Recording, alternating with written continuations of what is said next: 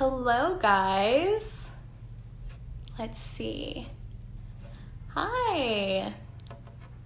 People are starting to come in. We'll just wait for everyone to join us. Welcome to the first ever rap season live.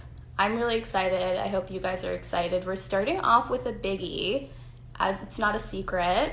Rico Nasty is going to be with us tonight. So excited. She just dropped a new video, so we're going to talk all about that. She also dropped a new card game that I'm kind of obsessed with called Would You Leave Him? And we're going to play a little bit of that at the end.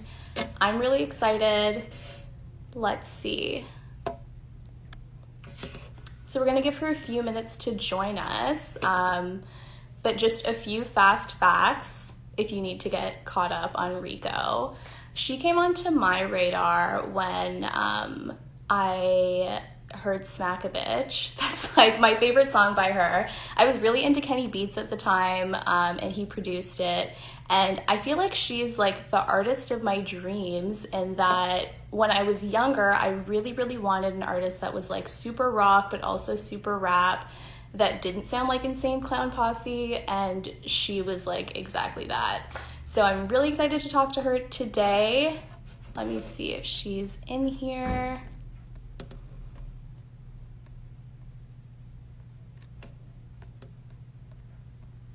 Yeah, so we'll just give her a few more minutes. I hope that you guys have all checked out the Own It video because it's so iconic already in just a day. Very big deal. One thing that I really like about Rico is that she's like part of this new class of women in rap who it's so uncompetitive. Everyone's just pushing each other to be really, really dope. And I think that she's like at the forefront of that. So no beef. Everyone's just super supportive and loving, which is great. So Rico is here. Hi, Rico. Live with Rico Nasty. Just waiting on her to connect. Cause he's crazy. Ah! What's up, Rico? Nothing much. I'm Samiko. Rap season. How are you? I'm good. What were you doing right before we got on the Instagram live? What are you up to today? My shirt bowl broke. Aw, man. Yeah. I had to like fix it again. Oh my god, is that taped? What? Oh, I thought there was tape on the stripper pole. Never mind. No tape, but Okay. yeah, broke. Like I'm literally in here spinning, and I was like, and it was just like I almost died literally seconds before I got on here. That's a health hazard. It was fun though. Well, I'm happy you're okay. I have a lot of questions for you, so we can just jump right into it. First of all, I'm Samiko. Thanks for chatting. So to start, congratulations on the Own It video. Such a big deal. How does it feel? Like, how did that video come together? Because it looks like it was a lot of work to execute, but you also make it look very effortless. How did that come together in COVID?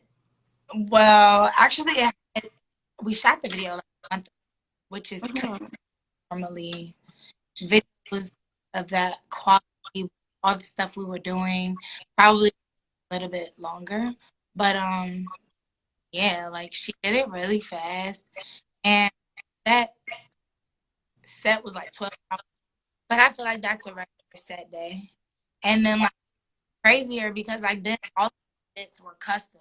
So like the day before, I remember I had like a fitting for like 3 hours, just people like tailoring stuff. And then when I got on set the next day, it like we was booming the looks out. Like I feel like it took like an hour, like glam style, and out back on set. And then that was like everybody was moving hella fast. Everybody knew the goal. Like as soon as we walked in that motherfucker, we knew what was going on. Like we and it's like a cool process because I've never worked. I've never had a video like that aesthetically esque type of vibe. I feel like it's fun. What was on the mood board for that video? Because like it looks like you were drawing inspiration from everywhere, everything, and it came together so seamlessly. What did you have in mind when you were like storyboarding the project? Well, I definitely remember the mood board thing, that whole dog scene, like the scene with me, short hair, and like the fucking Barbie legs, and that was like my favorite scene.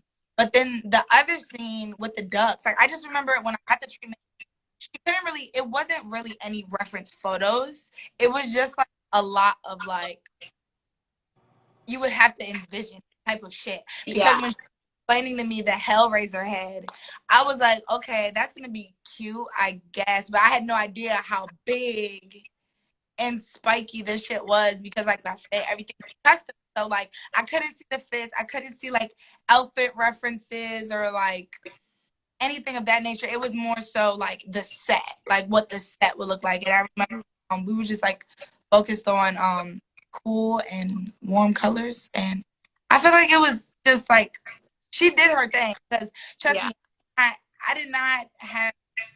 She texted me like a week before, like, "Are you okay with taxidermy?"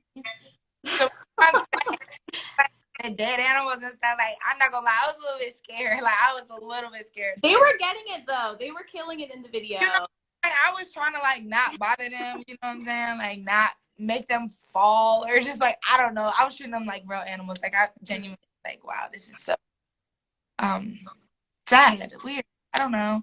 I felt bad, but yeah, everything came together. It was cool. Was there one particular look that was really difficult to execute? Like I would imagine that the like earring eyebrows would be really hard to do. Like which one was like the longest glam of the day? Longest glam. So okay, let's do it like so. The head with the spike. That was the most terrifying thing I've ever done in my life. Like Yeah.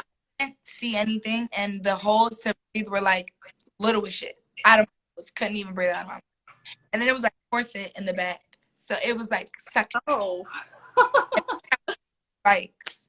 And then my nails were long, and my toes were long.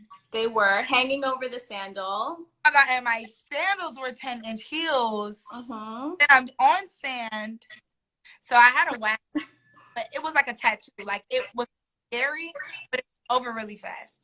Then Mm-hmm. the other one that I think took the longest.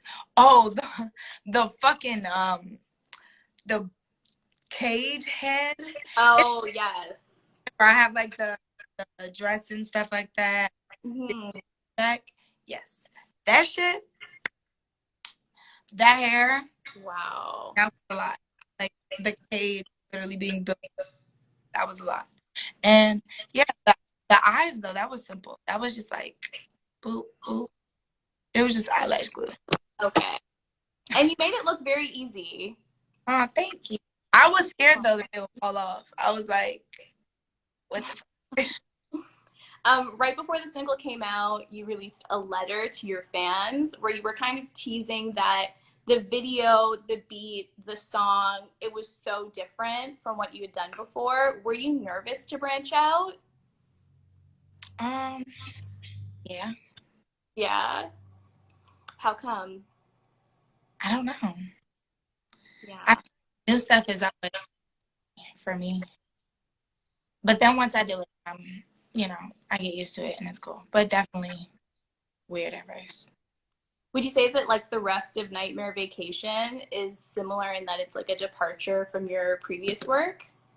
I feel like people are getting scared and they think that like I'm not gonna do regular Rico on, but I still am doing regular Rico on. The difference with this project and this album and my projects is that like I feel like I'm showing the side Hmm. normally they hear these songs on the album as like my fans already heard the whole album and they're diehard. Like people would not listen to this album by itself. I feel like you know what I'm saying. It's like a song that just like you heard, you might skip past or whatever. So I just decided to just flip the script this time, put out stuff that they will probably be a little bit unfamiliar with. Because we already got the Rico. That's Definitely. yeah, that's just me. but it's not that much of a change. I definitely, my last project dropped when I was like nasty. Dropped when I was like 20. Mm-hmm. I'm 23 now. Yeah. And I was actually watching this. It was an old live stream that Kenny Beats did, where he was talking about how the Smackabitch like track came together, and he was just talking about how serendipitous it was and how like magical the recording process was for that, and how organic it was. You guys together carved out such a distinct sound, but with your new work, I feel like it'll not only be a departure from that, but also like showcase your versatility. And he touched on that in the video too, just how versatile you are. And you also have your alter egos for that. In this project, are you tapping into your alter egos, or is it like all Rico? Yeah, I'm definitely still tapping into the ego. I'm just trying to show you guys the best version of myself that y'all already fell in love with. Like Yeah. the unexpected side that you never go anywhere. And when you think album, my debut album, I feel you guys guessing, like not give you what you're, I won't do that. Like I never. So it's just like it's fuck that. It's still Rico. It's always gonna be me. It's just like I might just be talking about, I don't know, talking about some. Mm. You'll see. And you're older too, so I feel like as you get older, then the things that you talk about in your music will change and reflect you changing and growing into like a woman, grown ass woman. On another note, in an article for Pitchfork, they said Rico Nasty leads a new generation of female hip hop artists who are crafting catharsis from rage. And this is from last year. So they said at just 22, Rico's understanding of positive rage release seems wise beyond her years. Anger Management came out like a year and a half ago. Since then, how has your relationship to anger changed? Because I feel like at this point in the world, we have so much to be angry about, just like we did then. But has your relationship to anger changed since then? A little bit, yeah. Because I feel like Nightmare Vacation is a prime example of what happens when you're passive. Yeah. Anger management made me so aware of my anger. It started pissing me off. I would just let the shit slide. Mm-hmm. And I think that's where it comes in. I said, like, it's like my ego died for a little bit. And I was a bit sad for a while. Then I rebirthed. And it was fire. Like, it's still me. But I really went through a phase after anger management where it was like, everything was making me so mad. Everything was frustrating me. Everything was irritating me. I wouldn't do nothing. And then it was like, okay, so deal with the stuff that makes you mad. Start dealing with the stuff that makes me mad. And I'm still like, okay, what the fuck? This shit keep happening, keep happening. But this album, it was just like, if you're not here, contribute, you can get like, or I don't know, like reaching out and like open about shit. It like closed me in. That album, I was just like in the studio all the time. But that's why I called it Night because like I am in my like Yeah, solo shit. Like definitely. Did you find that the process of putting together an album was different from putting together a mixtape? Like when you're laying down a mixtape, is the pressure a bit lower because you're like, well, it's just a mixtape? I was Whereas with your album, it's like the album. literally like so, bro. Working on your tape is like my team is anybody who's ever seen me in the studio. Anybody is my witness. A mixtape is like fucking appetizer. Like I can make a like I made in 5 days. A lot of 5 days? yeah, I made that project in 5 days. Yeah, so it's like mixtapes are I could that shit ain't nothing. Like that shit really, But I think that's just because of the era I come from. Like, bro, like women now, we can drop music whenever. Like, we if you're not signed or whatever you got going on, if you underground right now in this bitch, drop as much music as you can because they big, that shit hard. Like, you know what I'm saying? Nobody, they always just put like this one song from this girl, but now we got like so much shit. So that is really like a blessing and a curse because with mixtapes so fast, like you can do that shit so fast. Like you need a fire cover art, um, a little bit of promo, not much because it's a mixtape. Like you're not trying to feed your fans. That's how I do mixtape. I'm Yeah. just fans. Like I'm not trying to charge, I'm not trying to do anything. The album is like you want to see some type of numbers. You want to see some type of growth. Mm-hmm. You want to incorporate more merch. You want to go all out, spend more money on the videos, and that shit takes more time. Take a lot of time. We just dropped the card game. I got this card game in like February. Yeah. Like, you know, that takes time. And we have a comic book coming, and Shit. like the album is gonna have a lot of cool shit with it, like a lot of one shit. And hopefully you guys just love it as much as you guys have loved it. When you were putting together Nightmare Vacation, how did you know when it was done? In my mind, I feel like that would be the hardest part, knowing knowing when to step back and say like this is the best that it's going to be. You First of all, I would be a album. liar if I told you that I felt like it was done right now. Look, if you're not an artist, you're not gonna understand. This shit is like paint. Like I used to paint a lot and I would like struggle with selling fans because I would always feel like they wasn't done. Like you never gonna feel like this shit was done. I always keep making music that's like did this go on the album? Did this go on the album? Like I just made a song a couple days ago. I just finished a song a couple days ago that I fucking love, and I'm like, we might have to knock a bitch off to put her on the album or Yeah. make it longer, or you know what I'm saying? Like everything just going with the flow. And like I don't think I'll ever be done until Apple Music like go ahead and send that shit in, man. Then when Apple Music say that, Mm-hmm. guess I'm at. That sounds scary, but I'm sure that we're gonna love it, and your fans are just gonna be obsessed with it. Which producers are you working with on Nightmare Vacation? Is Kenny on it? Kenny is not on it. Oh. I love Kenny though. Mm-hmm. That making me sad. I know. Kenny, low key. But like, why? I just don't. First of all, I also have to break this stigma that like I'm only good with Kenny because Mm-hmm. they just do any like female rap is so harshly criticized that it's because it's like you know there was Kila and Poppin' before Kenny. There was a lot of other songs before, and there will be a lot of songs after Kenny. Yeah. But our relationship though is heavily strong. I don't think I'll ever have no other producer. I don't. I still haven't after making this album. There's no producer that's like we got back together. I got my first platinum.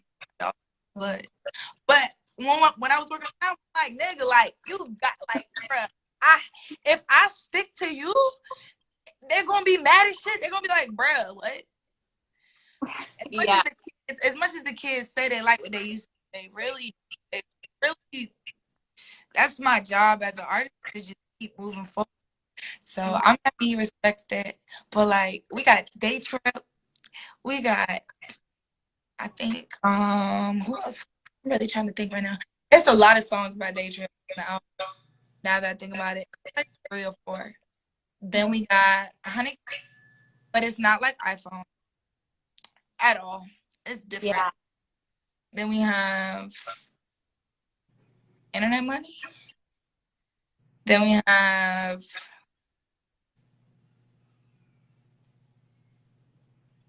I think that's it. Oh, Grandma. Yeah, I mean, yeah, that's it. Because everybody I think on it got like 2 on it. Which other artists are we gonna hear on the project? Who are your features? Trippie Redd. I Ooh. mean,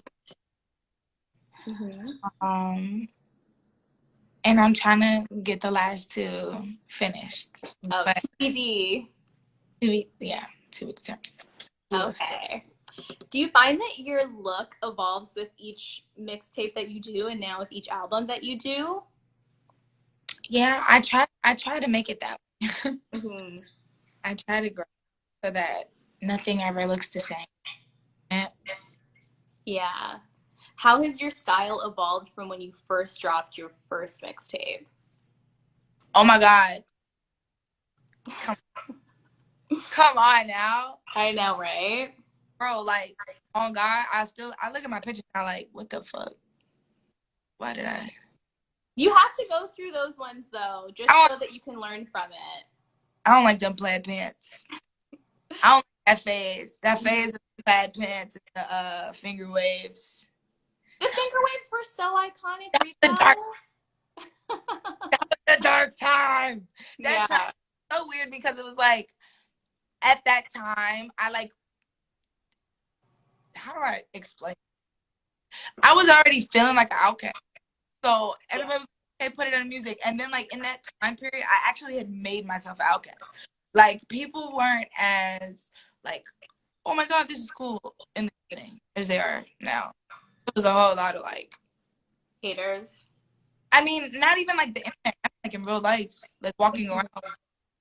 Like so many people do that shit now, but like I remember originally when I started working at where I'm from, and it was crazy. People were like, "Bitch, what the fuck?" And then slowly, slowly, it was just like everybody started dressing. Yeah. Do you have like a favorite style moment of yours? I feel like Fashion Week when I had like Afro links and they were just so cute and lightweight, like a bunch of dresses. Um, I think I, I performed. What year was that? Was that 2019? I think so. Last year? Yep. Oh, okay. Growing up, were you always like really into fashion, or is that something that came about like after you started making music? I feel like. Oh wow. Can you repeat the question? Um, what is your, or were you always interested in fashion? And if not, when did that interest come about?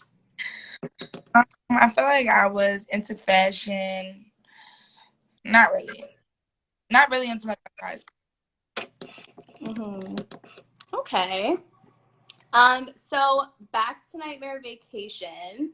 I'm Um, sorry, but I keep reading these comments and they irritating the fuck out of me because can y'all please stop? Because I don't care. I'm doing something right now. I'm on my phone, so I can't see whatever's going on. And I'm not going to get off because this is something that I'm doing right now. And if you want me to pay attention, then how about you just go somewhere else for a while I'm doing this? Because it's a little bit rude. And I'm tired of it. I really am. And I don't want to have to back you. mhm. Do you feel like that happens a lot? Like the fans like always have something to say, or not even just the fans, but like the haters and stuff always have something to say? They don't, they don't like because I'm weird. So Yeah. I pretty much take it for what it is. And at the end of the day, I'm used to it. I've Hmm. been there for like 3 years now. Like, Yeah. it's nothing new. It's the same old shit. People don't understand that whether stuff is good or bad is to get me attention. And I just feel like they just stop giving me the attention. But they always do. So Hmm. keep falling for the trap, man. I just live my life. I do what I want. I live how I want. I dress how I want. And if I, they always gonna have something to say. Even if I was a bum. Like if I was at Walmart or if I worked nowhere. Fuck, if I'm literally a bum, they would be like, look at this bum. Yeah. So I won't have money. I'm gonna do me, and they're still gonna be like, we don't like her because of their own reasons. But that's a part of growing up. Everybody's not. Everybody's not.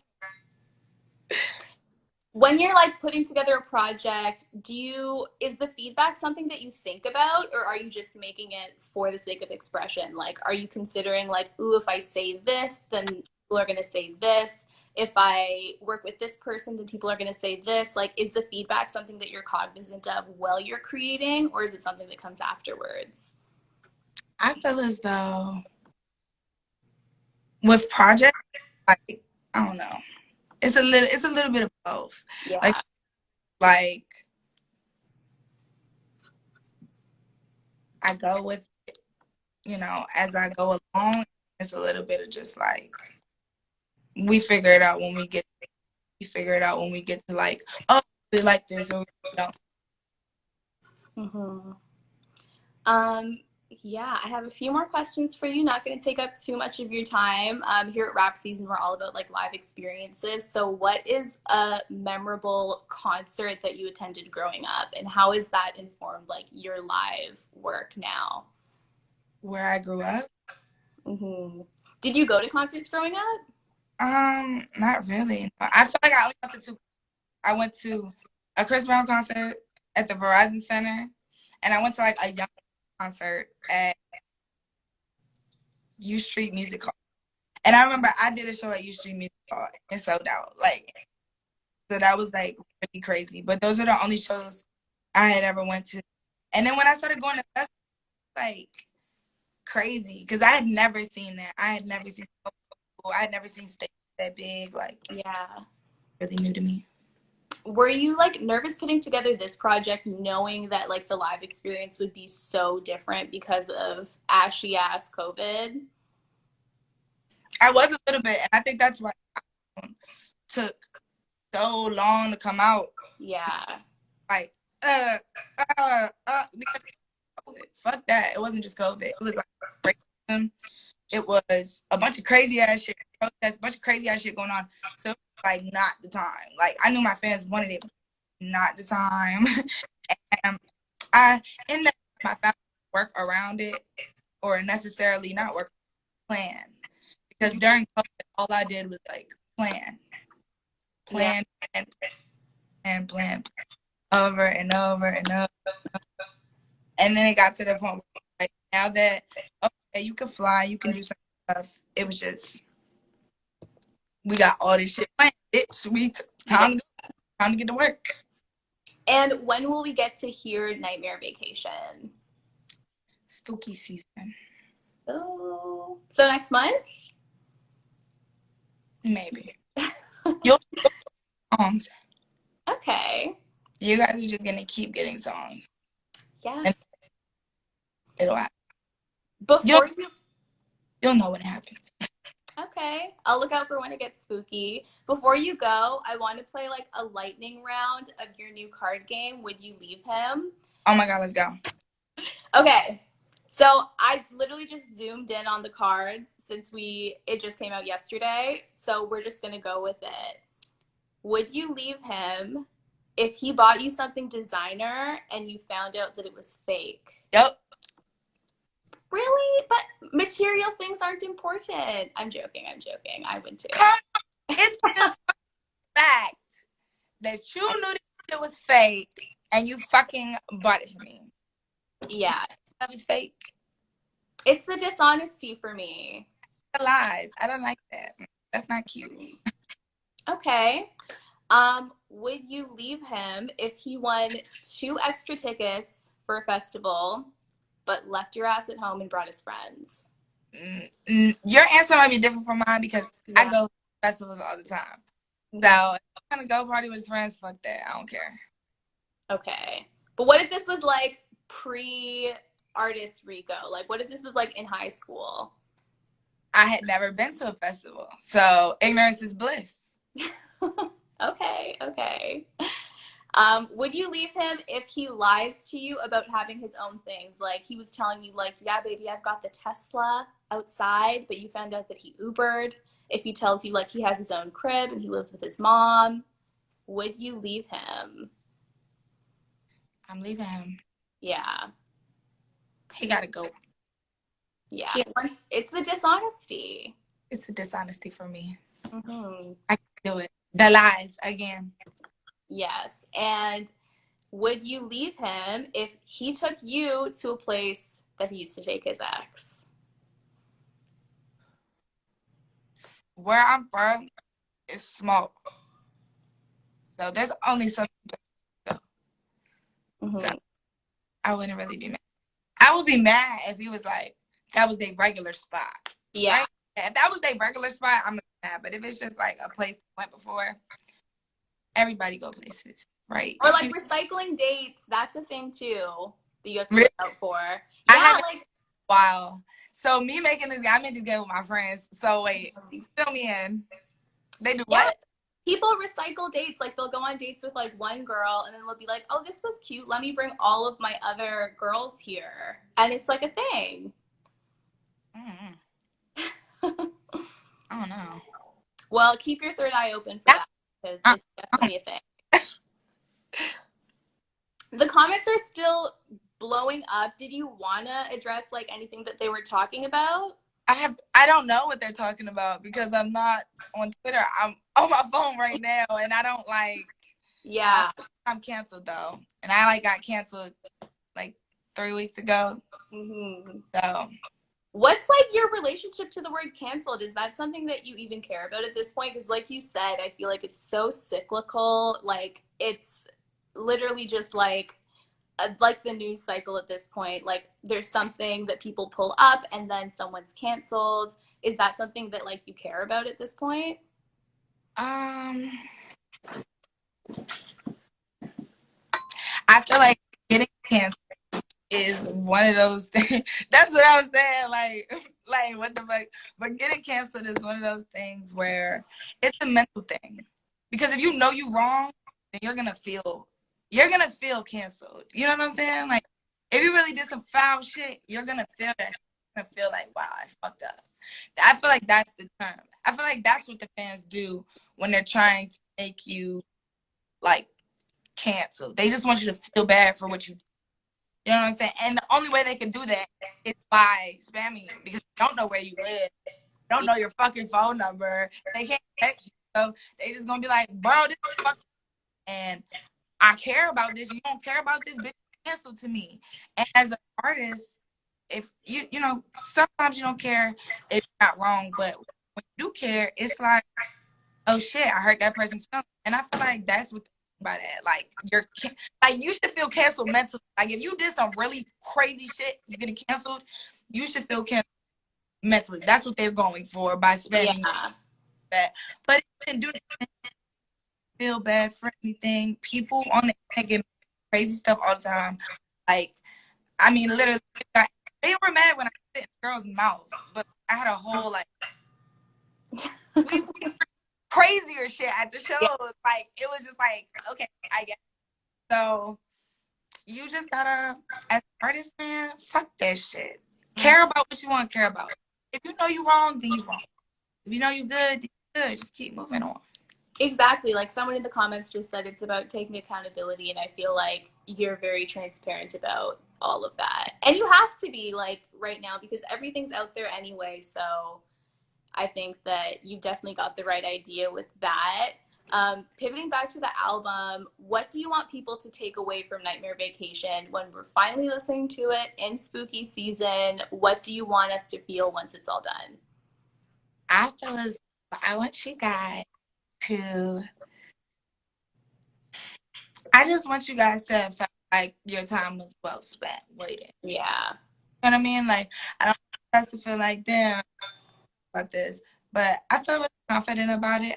I've never felt this confident about no project I've done. Like these songs, um, they're fire. Mhm. I'm not even going. They're really fire. I'm excited. I, Well, we're really excited to hear it. Rico, thank you so much for chatting. I'm so happy that you're safe after your stripper pole accident, but I hope that you're able to sort that like, out. I can I don't Oh know. my God. We'll see.